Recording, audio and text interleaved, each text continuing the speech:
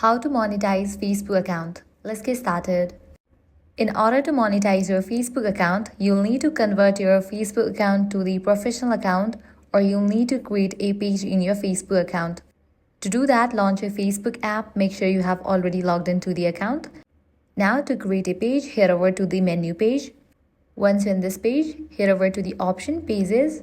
Now click on the option Create. Click on Get Started and generate a page. For that, navigate to your profile page. Click on three dots given over here. Now, click on the option Turn on Professional Mode. Once you complete this process, now you are eligible to monetize your Facebook account. You can use Facebook Reels bonus program. Facebook page eligible creators for views and engagement on their short-form reels. You'll need to post original content, follow partner monetization policies, make sure your reels contain good engagement and consistency. Next is in-stream ads.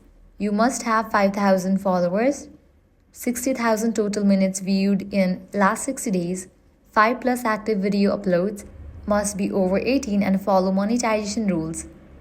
If you fulfill these criteria, you'll be eligible to earn money using in-stream ads. So this way you can monetize Facebook account. This guide helped you out. Don't forget to like, share and subscribe. Thanks for watching.